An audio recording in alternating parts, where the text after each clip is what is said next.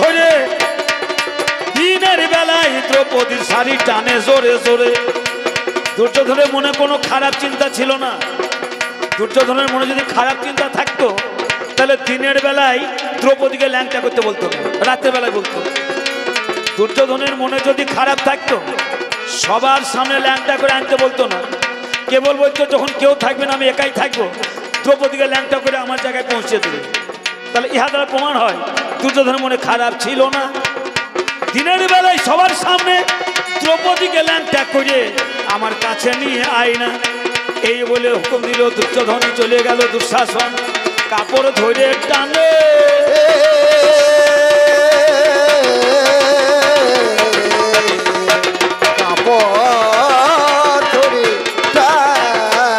দুঃশাসন যতই টানে শাড়ি শাড়ি বেড়ে যায় গাড়ির গাড়ি।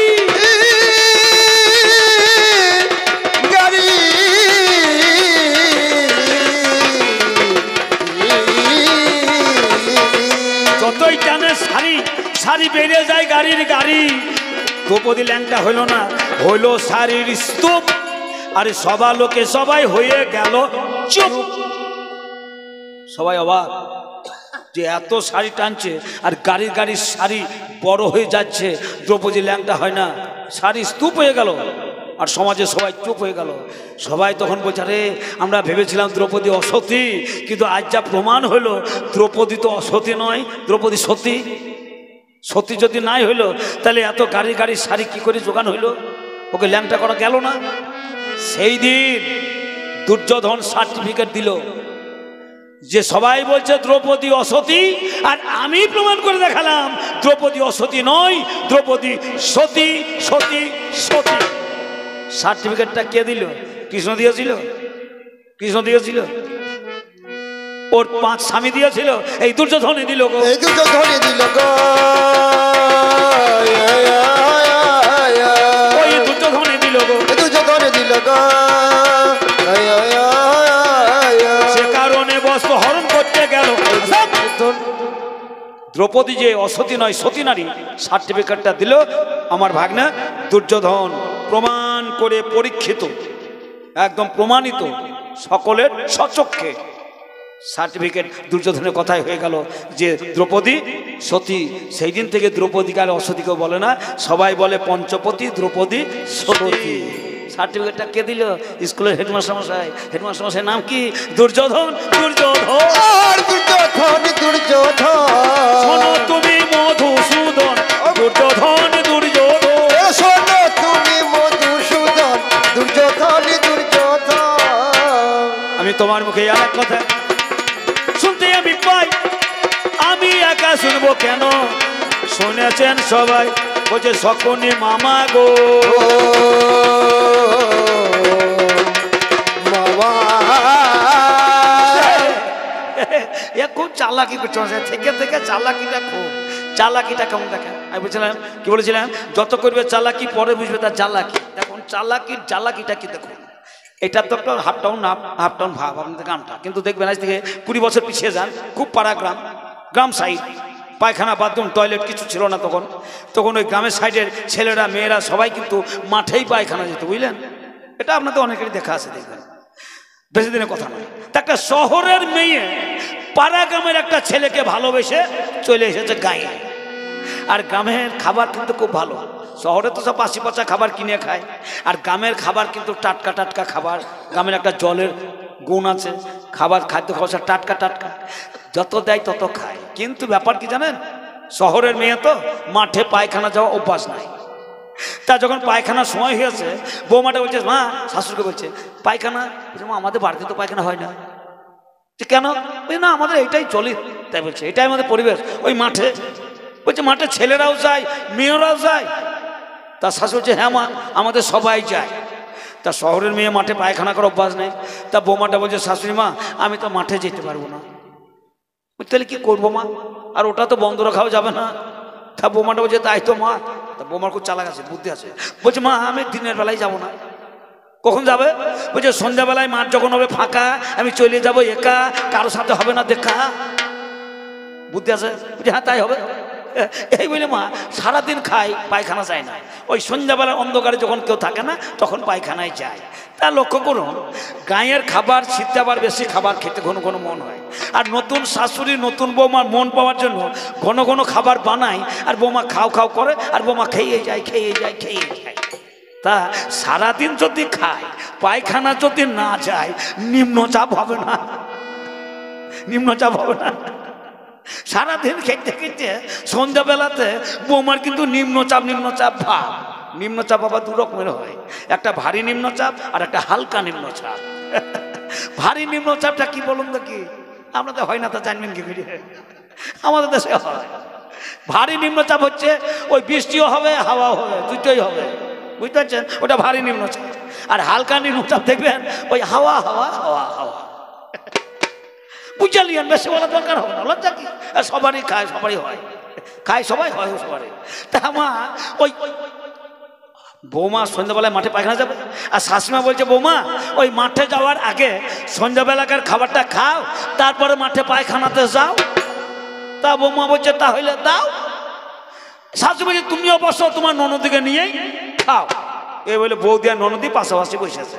শাশুড়ি মা কাঁসার থালায় লুচি, সুজি, ঘুগনি, আলু ভাজা, পটল ভাজা, হেনা তেনা, সাই, সতেরো, কালাপাহাড়, মোজামজাম, লেডিকিনি, চমচম, রসগোল্লা, রসগোল্লা, মনোহরা, পান্তুয়া, জিলাপি, রসকরা, কত রকম তৈরি করা নামিয়ে দিয়েছে থালা ভরা। বৌমার সামনে যেই কাঁসার থালাটা নামিয়ে দিয়েছে, আর বৌমার কিন্তু নিম্নচাপ চলে আসছে। নিম্নচাপ চলে আসছে, হালকা হালকা নিম্নচাপ চলে আসছে, আটকানো যায় না। চালাক আছে ঠিকের মতো, চালাকটা দেখো বৌমাটা মনে মনে করছে আমি আস্তে করে বাইপাস করব, আওয়াজ না হলেই হইল। দুই রকম ভাবে হয়।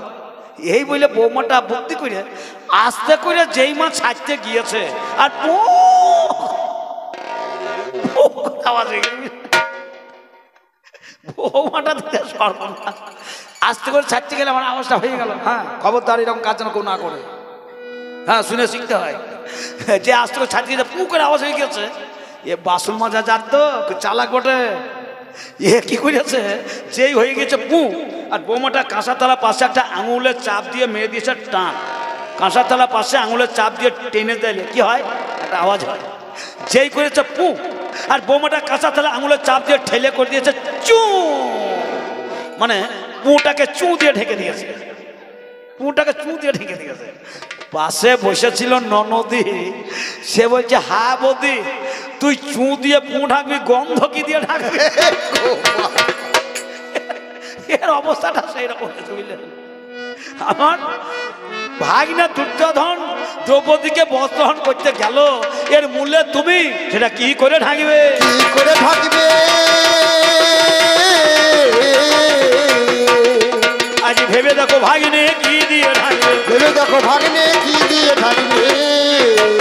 আমি তোমার মুখে পরম সুখে শুনতে আজি পাই, আমি একা শুনবো কেন, শুনেছেন সবাই। এই যুদ্ধের মূলে কে?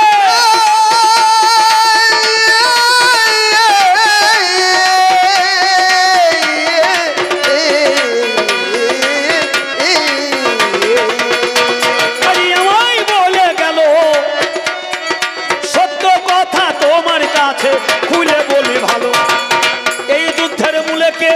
তুমি আর আমি, দুজনাই মূলে রয়। আমি ছাড়া তুমি নও, তুমি ছাড়া আমি ভাইরে নয়, দুজনেই তাই মোরা।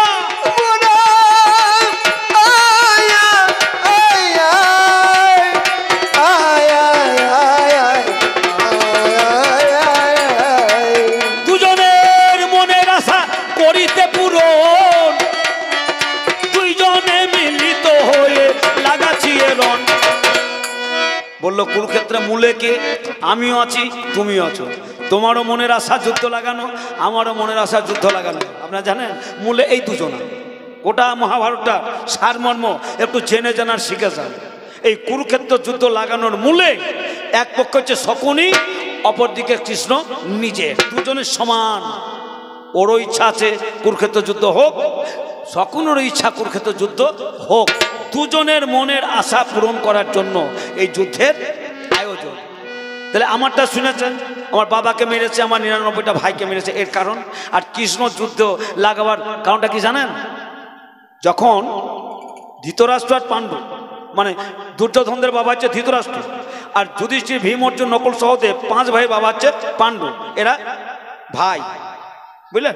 তাহলে পাণ্ডবরা দুর্যোধনরা কাকাই তো জেঠি তো ভাই, মোটামুটি 105 ভাই, এরা এক হাঁড়ি ভাত খেত আগে, যুদ্ধের আগে এরা এক হাঁড়ি ভাত খেত। এত ভাই ভাই মিল, যদি থাকে ভাইয়ে ভাইয়ে মিল, ভাগ করে খাই তারা এক তিল। আর যদি ঘটে যায় ভাইয়ে ভাইয়ে গরমিল, কে খায় কার হাতে কিল। তা এই 105 ভাই এক হাঁড়ির অন্নে প্রতিপালিত হতো, এত সুন্দর মিল। একদিন কি হয়েছে জানেন? কৃষ্ণের মূলের কানুকটা কৃষ্ণের, একদিন আপনারা জানেন 18 পর্ব মহাভারত, কিন্তু জানবেন এর বাইরে আর একটা পর্ব আছে, শুনে যান। সে পর্বটার নাম হচ্ছে দণ্ডী পর্ব। 18 পর্বর বাইরে আর একটা পর্ব আছে, সে পর্বটার নাম হচ্ছে দণ্ডী পর্ব। দণ্ডী কি? দণ্ডী হচ্ছে একটা রাজা। একদিনই দণ্ডী রাজা শিকারেতে গেল গভীর বনে, শিকারের কারণে দণ্ডী রাজা গেল, শিকার না পেয়ে বিরস বদনে নিরজনে হাঁটি হাঁটি পাবলা করে ঘোরে বনে বনে। দণ্ডী রাজা অবাক দৃশ্য করলো দর্শন, একটি সুন্দরী ঘোড়া চোখে পড়িল তখন। দণ্ডী রাজা একটা শিকার করতে গিয়েছিল বনে, একটা সুন্দরী ঘুড়ি, পুল্লিঙ্গে ঘোড়া, স্ত্রীলিঙ্গে ঘুড়ি, তা সুন্দরী ঘুড়ি দণ্ডী রাজা দেখছে চলে যাচ্ছে, জংলা ঘুড়ি বনে। তা ঘুড়িটাকে দণ্ডী রাজা ধরে নিল, ঘুড়িটাকে নিয়ে দণ্ডী রাজা বাড়ি চলে এলো। বাড়িতে যেখানে ঘোড়াশালা, সেই ঘোড়াশালায় রেখে দিল। দিন গত যখন রাত হয়ে গেছে, তা দণ্ডী রাজা দেখছে অনেক ঘোড়ার ফাঁকে নতুন ঘুড়িটাকে রেখেছে, ওরা কেমন আছে দেখি নতুন ঘুড়িটা। এই বলে দণ্ডী রাজা যখন রাতের বেলায় ওই ঘোড়াশালায় ঘুড়িটাকে দেখতে যাচ্ছে, তা যেখানে রেখেছিল ঘুড়ি সেখানে গিয়ে দেখছে সুন্দরী নারী, সুন্দরী নারী, কিবা তাহার রূপের মাধুরী, সুন্দরী নারী।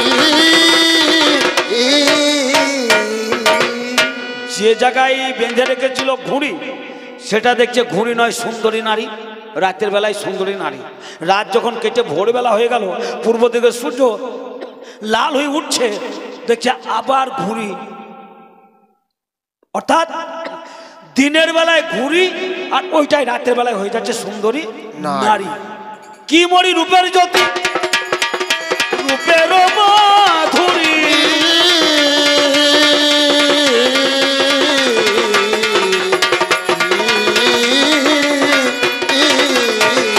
দিনে ঘুড়ি রাতে নারী, দিনের বেলায় ঘুড়ির উপর চড়ি বেলায় ঘুড়ি ঘুড়ি, আর রাতের বেলায় ভোগ করে বিছানায় সুন্দরী নারী। একটাই বস্তু দুটো রূপ, দিনে ঘুড়ির উপরে চেপে ঘুরে বেড়ায়, আর রাতে সুন্দরী নারী হয়ে যায়, তাকে নিয়ে বিছানায় ভোগ করে। এই কথা নারদ মুনি আমার জানিতে পারিল, আমার জানতে পেরে ছুটতে ছুটতে এই কৃষ্ণের কাছে গেল। নারদ তো সব জানতে পারে, নারদ জানতে পেরে কৃষ্ণের কাছে গিয়ে বলছে, কৃষ্ণ একটা কথা শোনো। বলছে কি? দণ্ডী রাজা এমন একটা ঘুড়ি পেয়েছে, দিনের বেলায় ঘুড়ি আর রাতের বেলায় হয়ে যায় সুন্দরী নারী। আর একটা জিনিস মনে রাখবেন, টাকাতে কৃষ্ণের লোভ নাই, গাড়িতে লোভ নাই, বাড়িতে লোভ নাই, কিন্তু সুন্দরী মেয়ে যেখানে, এ কালো কচু সেখানে। খুব নারী লোভী পুরুষ বটে। না না আমি বলছি না, আমি বলছি না, কৃষ্ণ নিজে বলছে এ খুব নারী লোভী। তাই যখন শুনতে পেল দিনের বেলায় ঘুরি আর রাতে সুন্দরী নারী, কৃষ্ণ বলছে আমি কি তারে ছাড়তে পারি, আমি কি তারে ছাড়তে পারি। নারদের মুখের কথা শুনে কৃষ্ণ বলল, নারদ দণ্ডী রাজাকে বলো ওই ঘুড়িটা আমাকে দিয়ে দেবে। কৃষ্ণের বাণী নারদ নিয়ে গিয়ে দণ্ডী রাজাকে বললো, দণ্ডীরাজ তোমার ওই ঘুড়িটা কৃষ্ণকে দিয়ে দাও। তা দণ্ডী রাজা বললো, আমি জঙ্গলে পেয়েছি, আমি ওকে দেবো কেন? উত্তরটা নিয়ে নারদ কৃষ্ণকে বললো, কৃষ্ণ নারদকে দণ্ডী রাজাকে বললাম, তা দণ্ডী রাজা বলছে আমি জঙ্গলে পেয়েছি, আমার শিকার, আমি কৃষ্ণকে দেবো কেন? তা কৃষ্ণ আবার বলছে, নারদ দণ্ডী রাজাকে বলো যদি ঘোড়া দেয় ভালো, আর না দিলে আমার সঙ্গে যুদ্ধ হবে। নারদ আবার দণ্ডী রাজার কাছে চলে গেল, বলছে দণ্ডীরাজ এই ঘুড়ি যদি কৃষ্ণকে না দাও তাহলে কৃষ্ণের সাথে তোমার যুদ্ধ হবে। দণ্ডী রাজা বললো, যাই যাক প্রাণ, রাখবো ঘুড়ির মান, তথাপিও এই ঘুড়ি কৃষ্ণের হাতে করবো না, দান দেবো না। এই কথা শুনে না কৃষ্ণের কাছে গেল, যুদ্ধ করবে তথাপিও ঘুরি দেবে না কো ভালো।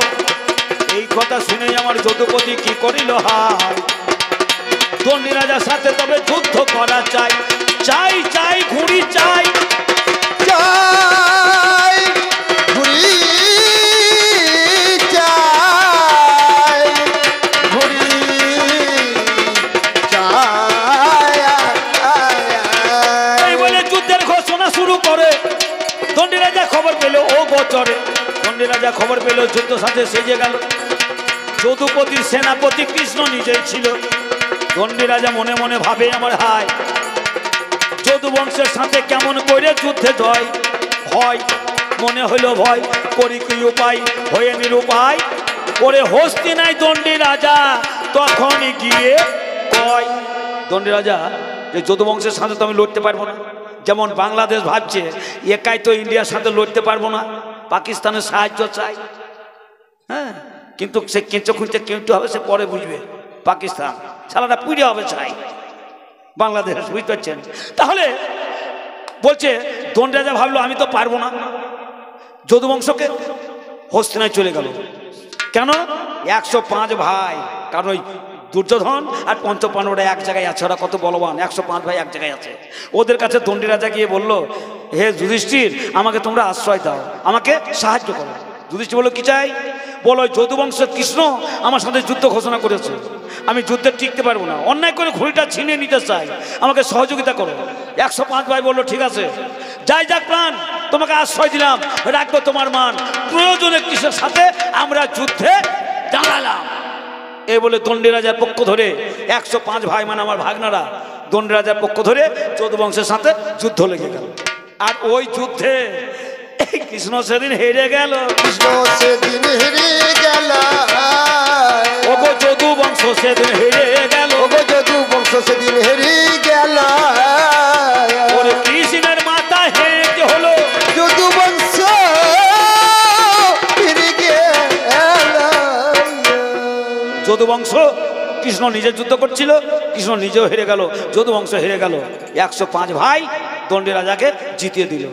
এর মাথা যখন হেঁট হলো, কৃষ্ণ পায়ের বুড়ো আঙুলে মাটি টিপছে আর মাটির দিকে তাকিয়ে মনে মনে প্রতিজ্ঞা করছে, ওরে পঞ্চপাণ্ডব আর দুর্যোধন, তোরা 105 ভাই আছিস এক জায়গায়, তোদের একত্রিত শক্তির কাছে আজকে আমি যদুবংশ সহ হেরে গেলাম। আমি প্রতিজ্ঞা করলাম তোদের ভাইয়ে ভাই একদিন আমি গড়মিল করে দেবো, 100 ভাইয়ের সাথে 5 ভাইয়ের আমি বিভেদ ঘটিয়ে দেবো, তোদের ভাতের হাঁড়ি ভেঙে ভাগ করে দেবো, ভাইয়ে ভাইয়ে গড়মিল ঘটিয়ে দিয়ে ভাইয়ে ভাই যুদ্ধ লাগাবো, ভাইয়ের হাতে ভাইকে খুন করে আমি আজকে পরাজিত হলাম, তার প্রতিশোধ নেব নেব নেব। কৃষ্ণ পরাজিত হয়ে সেদিন প্রতিজ্ঞা করেছিল যে ভাই ভাই গড়মিল ঘটিয়ে দেবো আগে। হ্যাঁ, সেই দিনটার সুযোগ নেওয়ার জন্য এই কৃষ্ণ উঁত পেতে বসেছিল, দিয়ে পঞ্চপাণ্ডবদের পক্ষে গেল। পঞ্চপাণ্ডবদের অর্জুন বলছে আমি যুদ্ধ করবো না, আর কৃষ্ণ বলছে যুদ্ধ করো, ধরো অস্ত্র যত পারো মারো কাটো। কেন বলছে? ওই প্রতিজ্ঞা করেছিল 105 ভাইয়ের কাছে আমি হেরে গিয়েছি, আজ ভাইয়ে ভাইয়ে লড়াই লাগিয়ে প্রতিশোধ নেব, প্রতিশোধ নিব, ভাইয়ে ভাইয়ে গড়মিল ঘটিয়ে দেবো, আজকে আমি প্রতিশোধ নিব। তাহলে এই যুদ্ধের মূলে কৃষ্ণের আশা পূরণ করার জন্য কৃষ্ণ একটা দায়ী, আর আমার ওই 199 ভাইকে আর বাবাকে মেরেছে তার জন্য আমিও আগে এসেছি, কৃষ্ণ আগিয়ে এসেছে। দুজনের মনের ইচ্ছা এক, তুমিও যদি দোষী হও আমিও দোষী, তুমি যদি নির্দোষী হও আমিও নির্দোষী। শোনো শোনো কালো শশী, শোনো শোনো কালো শশী, আজি শোনো শোনো তুমি কালো শশী, শোনো শোনো তুমি কালো শশী, তুমিও দোষী হলে আমিও দোষী, শোনো শোনো কালো শশী। আমাকে বলছে ওই কৃষ্ণ ওই পঞ্চপাণ্ডবদের হয়ে যুদ্ধ লাগার একটু আগে বলছে 5খানা গ্রাম ওদেরকে দাও, আবার বলছে শকুনি মামা তোমার ভাগনা দুর্যোধন ওদের সিংহাসন দিল না কেন, রাজ্য দিল না কেন, কেন দিল না জানেন? একটা কথা শোনেন, দুর্যোধনরা 100 ভাই, ওদের বাবা কিন্তু একটাই, কে? ধৃতরাষ্ট্র, মা একটা, মাকে গান্ধারী। তাহলে ধৃতরাষ্ট্রের ঔরসজাত পুত্র হচ্ছে আমার ভাগনারা দুর্যোধনরা 100 জন, ধৃতরাষ্ট্রের ঔরসজাত সন্তান। আর জেনে রাখবেন ওই পঞ্চপাণ্ডব যুধিষ্ঠির, ভীম, অর্জুন, নকুল, সহদেব ওরা কেউ বাবারই ছেলে নয়, বাবার ছেলে না, ওরা এ বংশের ছেলে নয়। বাবার ছেলে। ওই যে যুধিষ্ঠির, ভীম, অর্জুন, নকুল, সহদেব 5 ভাই ওরা কেউ বাবার বেটা নয়, এ বংশেরই নয়। জানেন এ বংশের হয়েছে কুন্তি, কুন্তি তো ওদের মা। তা কুন্তির স্বামী হচ্ছে পাণ্ডু, বুঝলেন? একটু না বললে হয় না, ঘরের খিটকেলো বলতে নাই। তা আপনাদেরকে বলছি যেন পথে ঘাটে বলবেন না হোক। এই পঞ্চপাণ্ডবদের মায়ের নাম হচ্ছে কুন্তি, আর ওর স্বামীর নাম হচ্ছে পাণ্ডু। পাণ্ডুরাজ একদিন শিকার করতে গিয়েছিল, বুঝলেন? তা শিকার করতে গিয়ে একটা ঋষিপুত্র পুরুষ হরিণের রূপ ধরে স্ত্রী হরিণের উপরে মিলন করছে। আর এমন সময় পাণ্ডু রাজা না বুঝে হাতে তীর ছেড়ে দিয়েছে, আর পুরুষ হরিণের উপরে ছিল, পৃষ্ঠদেশে বানবিদ্ধ হয়েছে, মাটিতে পড়ে গেল। হরিণের রূপ ত্যাগ করে ঋষি কুমারের রূপ ধরে গেল। বলল, রাজা আমি হরিণের রূপ ধরে আমি রমণ করছিলাম, এই অবস্থায় তুমি আমাকে বধ করলে। যাও পাণ্ডু রাজা, আমি তোমাকে অভিশাপ দিলাম, আজ থেকে তুমি যখন তোমার স্ত্রীর সাথে মিলন করতে যাবে, মিলন করতে গেলেই তোমার মরণ হবে হবে হবে। অভিশাপ দিয়ে দিল। আর সেই অভিশাপ নিয়ে পাণ্ডু রাজা যখন গিয়ে এলো, কুন্তি আর মাতি জিজ্ঞাসা করছে, তোমার মন খারাপ কেন? তা পাণ্ডু বলছে, জানো তোমাদের সাথে আর আমার মিলন হবে না, আর মিলন হলে কি হবে? আমার মরণ হবে। তা কুন্তি বলছে, আমাদের যে কোনো ছেলে নাই, তাহলে রাজবংশ রক্ষা হবে কি করে? বলছে, তাহলে বলো আমি মরবো? বলছে, না তুমি বেঁচে থাকো, মরতে হবে না। তাহলে সন্তান কি করে হবে? তা পাণ্ডবদের মা কুন্তি বলছে, তাহলে এক কাজ করো, তুমি অনুমতি দাও, তোমাকে বাদ দিয়ে ওই অন্য পুরুষের হাত ধরে তাদের সাথে সন্তানের জন্ম দিই। হ্যাঁ, মিথ্যা কথা বলছি না, মহাভারত দেখবেন। তা পাণ্ডু রাজা বলছে, ঠিক আছে, আমি যখন সন্তানের জন্ম দিতে অক্ষম, তোমাকে আমি অনুমতি দিলাম, এখন তুমি পরপুরুষের সাথ ধরে সন্তানের জন্ম দাও। আর সন্তানের জন্ম দাও, সন্তানের জন্ম দাও, আর সন্তানের জন্ম দাও। অনুমতি দিলাম আমি, সন্তানের জন্ম দাও। আরে অনুমতি দিলাম আমি, সন্তানের জন্ম দাও। তা পাণ্ডু বলছে, কুন্তি তুমি কি করে পরপুরুষকে বশ করবে? তা কুন্তি তখন বলছে, তুমি তো জানো না, তোমাকে এতদিন বলি নাই, ওই তোমার সাথে যখন আমার বিয়ে হয়নি, আইবরতে বাবার বাড়িতে কুমারী অবস্থায় ছিলাম, দুর্বাসা ঋষির আমি খুব সেবা দিয়েছিলাম, দুর্বাসার কাছ থেকে একটা মন্ত্র পেয়েছি, এই মন্ত্রটা যে পুরুষের নামে আমি উচ্চারণ করব, সেই পুরুষ আমার বশ হয়ে যাবে। মানে পুরুষকে বশ করার মন্ত্র শিখেছে কে? কুন্তি। বলছে, কি করে হয়? বলছে, আমার বাবার বাড়িতে আইবরতে ওই মন্ত্রটা পরীক্ষা করার জন্য আমি একবার সূর্যকে বশ করেছিলাম, আর সূর্য আমার কাছে চলে এলো, দিয়ে সূর্যের দ্বারাই আমার একটা ছেলে হইলো আইবরতে। লোক লজ্জার ভয়ে কাউকে দেখাইতে না পেরে তামার পাত্রে ভরিয়ে প্রসব করে জলে ভাসিয়ে দিয়েছে। বুঝলে সে ছেলেটার নাম কি? বলছে, কর্ণ, আমার আইবরতে সন্তান। ওই মন্ত্র করে বশ করেছিলাম পুরুষকে, তাকে সূর্যকে। পাণ্ডু রাজা বললো, তাহলে তোমার মন্ত্র সাকসেসফুল, যাও তোমাকে অনুমতি দিলাম। এই বলে কুন্তি কি কর্ম করিল? সেই মন্ত্র ধর্মের নামে উচ্চারণ করিল। মন্ত্রপুত করে আমার ধর্মের নামে ধর্মরাজা চলে গেল কুন্তির ঘরের কোণে। শোনো শোনো কুন্তি, আমায় ডাকো কি কারণ? আজ বলো বলো তোমার মনের আশায় আমি করিব পূরণ। এইবারে কুন্তি ধর্মকে কয়, তোমার দ্বারাই একটা ছেলে আমি চাই। ওই ধর্মের দ্বারাই একটা হইল সন্তান, ওরে যুধিষ্ঠির সেই ছেলেটার নাম। পরপুরুষের দ্বারাই, ধর্মের দ্বারাই পাণ্ডু রাজাকে স্বামীকে ফেলে একটা হইল ছেলে, তার নাম হচ্ছে যুধিষ্ঠির, ধর্মের পুত্র। সদা সর্বদাই ধর্ম কথা বলে, ধর্মপথে চলে, কোনো রাগ নেই, ক্রোধ নেই, ক্ষত্রিয়ের লক্ষণই নেই। তা পাণ্ডু রাজা দেখছে এমন ছেলের জন্ম দিলে এর তো রাগ ক্রোধ ক্ষত্রিয়ের লক্ষণ নেই, এর রাজ্য রক্ষা করবে কি করে? তা পাণ্ডু রাজা বলছে, কাজ করো, আর একটা বলবান ছেলের জন্ম দাও, যে খুব শক্তিশালী হবে। এই বলে কুন্তি দেখছে বলবান পুরুষ কি আছে, বলবান পুরুষ কি আছে, খোঁজ করতে করতে পবনেরই কথা মনে। আরে দিলে না, দিলে না, দিলে না, পবনই আমার বলবানের খান। আরে ও দিলে না, দিলে না, দিলে না, ওরে দ্রৌপদী হলে শরণ, ও দিলে না, না দাইরি না, না দাইরি না। আজ বলবান পুরুষ আমার পবন হয়, পবনের নামে মন্ত্র জপ করে দেয়। পবন স্মরণ হইল যখন কুন্তির ঘরে পবন দিল দর্শন। আমার মনের ইচ্ছা করো পূরণ, ওরে পবন তোমার দ্বারায় চাই একটা নন্দন। পবনের দ্বারা একটা ছেলে হলো, সেই ছেলেটার নাম হচ্ছে ভীম, পবনের পুত্র ভীম। আর আসল স্বামী করে থাকলে ভীম হচ্ছে দেখতে কদাকার, বিশ্রী চেহারা, তাল গাছের মতো মরণ। তা পাণ্ডু রাজা বলছে রাজার ছেলে মানায় না, রাজার ছেলে মানায় না, তাল গাছের মতো। একটা ভালো সুন্দর ছেলে জন্ম দাও। ওই যে বলছে অর্জুন খুব সুন্দর।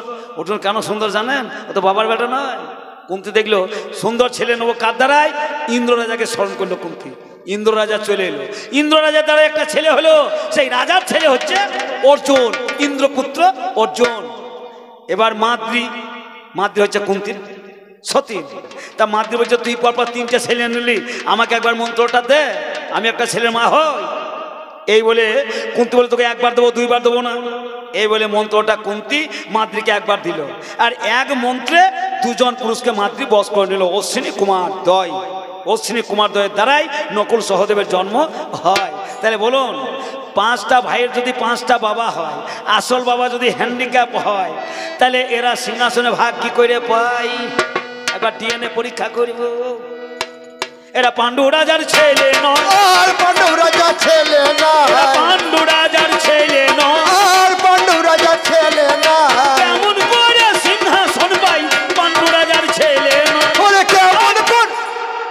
এই জন্য আমার কথায় দুর্যোধনকে বলেছিলাম, ভাগনা রে তোরা সিংহাসনে দিস না।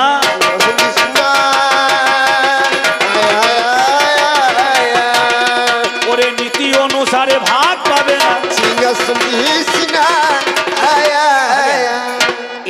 এই মন্ত্রগুলো যদি দুর্যোধনকে না দিতাম, তাহলে তো দুর্যোধন যুদ্ধ করবে না। আর ভাগ যদি দিয়ে দেয়, তাহলে তো লড়াই হবে না। আর লড়াই যদি না হয়, হতাহত হবে না। আর হতাহত যদি না হয়, কৌরব বংশ ধ্বংস হবে না। কৌরব বংশ ধ্বংস দেখার জন্যই তো আমি মন্ত্রিত্বের পদে এসেছি। আমাকে বলা হয় ঘর শত্রু বিভীষণ। যেমন ছিল নবাব সিরাজদৌল্লার মির্জাফর, মির্জাফরই প্রধান সেনাপতি ছিল।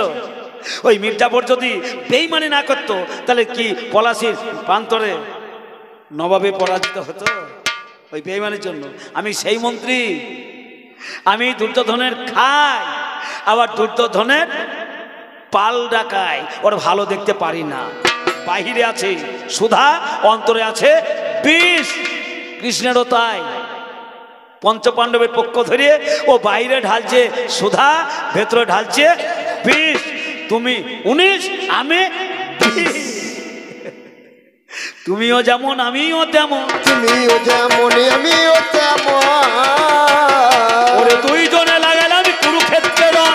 তুমিও যেমন আমিও তেমন। যাক যাক, আমার সেসব কথা নাই তো প্রয়োজন। ওরে মজার কথা বলে গেল আজ কৃষ্ণ ধন আসতে। যাক, হয়েছে অনেক রাত, না অনেক রাত হয়েছে। ওই কথাটা বলতে গিয়ে বলেনি, কিন্তু তলায় তলায় বলে গেছে, আপনারা বুঝতে পারেননি। একটা কিছু কিছু কথা থাকে আপনারা বুঝতে পারেন না, আমরা বুঝতে পারি। কেমন জানেন? একটা কথা বলতে শোনেন, তারপরে এবার বল হয়ে যাবে, আর পালা রাখবো না। আমরা জানেন অনেকে অনেক রকম পার্টি করে, কোনো দলের নাম করছি না, কিন্তু পার্টি তো জানেন মেলা পার্টি আছে, বিভিন্ন পার্টি আছে। হ্যাঁ, তা অনেকে অনেক রকম নেশা করে, বুঝলেন? কেউ গাঁজা খায়, কেউ মদ খায়, কেউ পান খায়, কেউ সিগারেট খায়, কেউ আবার খৈনি খায়। তা এমন একটা নেতা আছে, তার খৈনি খাওয়া খুব অভ্যাস। তা যে খৈনি খায়, সে যেখানেই যায় দেখবেন পাঞ্জাবির পকেটে 2 দিকে 2টো মাল নিয়ে যায়। এক পকেটে চুনের ডিব্বা আর এক পকেটে খৈনির ডিব্বা নিয়ে যায়, না যে খৈনি খায়। তা সে একটা মিটিংয়ে যোগ দিয়েছে, সে একটা নেতা বটে। অনেকক্ষণ বক্তব্য যারা দেয়, ভাষণ দিতে দিতে ওর এবার এই খৈনি খাওয়ার নেশাটা চেপে গিয়েছে। যেই খৈনি খাবো মনে করে 2 পকেটে হাত ভরেছে, চুনের ডিব্বা খৈনি ডিব্বা বের করবো। আর এমন সময় ওর অবস্থাটা না দেখেই সবার সভাপতি এবার নাম করে দিয়েছে, এবার আপনাদের সামনে বক্তব্য রাখবে মুকুল ভট্টাচার্য মহাশয়। তাই এ দেখছে সর্বনাশ, কেবল খৈনি খাবো বলে 2 পকেটে হাত ভরেছি, আর সভাপতি আমার নামটা বলে দিল। ঠিক আছে, তলায় তলায় খৈনি খাওয়াটাও সারবো, আবার ভাষণও দেবো। পারলে যা হয়, 2 পকেটে হাত ভরা ছিল, হাত ভরে উঠে পড়েছে। ব্যাংক ভবনের সামনে দাঁড়িয়ে বলছে, উপস্থিত অধ্যক্ষ সভার সভাপতি, বিভিন্ন অঞ্চল থেকে আগত প্রতিনিধিগণ, এই সামনে আমাদের নির্বাচন। এই নির্বাচনে লড়াই করতে গেলে আমাদের 2 পকেটে হাত ভরে থাকলে হবে না, আমাদের 2 পকেটের হাত বাহির করে এইভাবে রাস্তায় নামতে হবে। ও কিন্তু চুনের ডিব্বার খৈনি ডিব্বা মাল বের করে নিয়ে দাঁড়িয়ে গিয়েছে। আর আপনার মন করছেন ভাষণ তো ভালোই দিচ্ছে রে, এইভাবে দুই মাল দুই হাত ধরে দাঁড়িয়ে আছে। বাকিটা কি করছে দেখুন। আমি বলতে চাই এই লড়াই আমাদের বাঁচার লড়াই, এই লড়াই আমাদের জেতার লড়াই। সাম্প্রদায়িকতা ভেদাভেদ ভুলতে হবে, হিন্দু মুসলমান ভাই ভাই হয়ে আমাদের একত্রিত হয়ে হাতে হাত মিল করতে চাই। ও চুনার খৈনি মিশিয়ে দিয়েছে এক জায়গায়, আর আপনার মনে করছেন ভাষণ তো ভালোই দিচ্ছিল ভাই, বুঝতে পারছেন? বাকিটা কি করে সাজছে দেখুন। আমি আরো বলতে চাই এই লড়াই আমাদের জেতার লড়াই, এই লড়াই আমাদের বাঁচার লড়াই। এই লড়াইয়ে যদি আমরা হেরে যাই, ওই বিরোধী শক্তিরা আমাদের দুর্বলতার সুযোগ নিয়ে আমাদেরকে এইভাবে দলে পিষে দলে পিষে দলে পিষে দলে পিষে শেষ করে দেবে। এরা মনে করছে ভাষণ ভালোই দিচ্ছে রে, মুখেও বলছে, প্র্যাকটিক্যালে হাতেও দেখাচ্ছে, কিন্তু তলায় তলায় খইনি মা, বুঝতে পারছেন? বাকিটা কি করে সাজছে তখন। আমি আরো বলতে চাই এই লড়াই আমাদের বাঁচার লড়াই, এই লড়াই আমাদের জেতার লড়াই। এই লড়াই যদি আমরা হেরে যাই, ওরা যদি জিতে যায়, ওই বিরোধী শক্তিরা আমাদের দুর্বলতার সুযোগ নিয়ে ওরা আমাদেরকে চাপড়ে চাপড়ে চাপড়ে চাপড়ে ফু দিয়ে গা ছাড়া করবে। ওর চাপড়ানো হয়েছে, ফু দেওয়া হয়ে গেছে। আপনারা মনে করছে ভাষণ ভালোই দিচ্ছে বটে, কিন্তু ওর কাজটাই সাজছে। বাকিটা কি করে হচ্ছে তখন এবার বলছে। আমি আরো বলতে চাই এই ভোটের আমি হলাম প্রতিনিধি, আমাকে যদি আপনারা ভোট দিয়ে জয়যুক্ত করেন আপনাদের ভালো, কত করবো ভালো, আপনাদেরকে অঙ্ক অঙ্ক বলে যায়। এই লড়াইয়ের ভোটে যদি আমি জিততে পারি, কিছু দিতে পারি বা না পারি, যাদের বিপিএল নাম আছে, যাদের কার্ড আছে, তাদের মুখে দুবেলা ভাত আমি এইভাবে তুলে দেবো বলে নিজের মুখে ফেলে দিল, বুঝতে পারছেন? কৃষ্ণের যুদ্ধটা কিন্তু সেইভাবেই লাগাইলো, আমিও কিন্তু সেইভাবেই লাগাইলাম, কিন্তু এরা 5 ভাই আর 100 ভাই এরা কেউ বুঝতেই পারলো না, বুঝতেই পারলো না।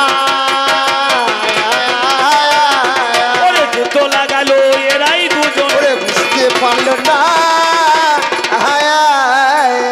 এরা সহদেবের বান দুঃখ বিদীর্ণ করে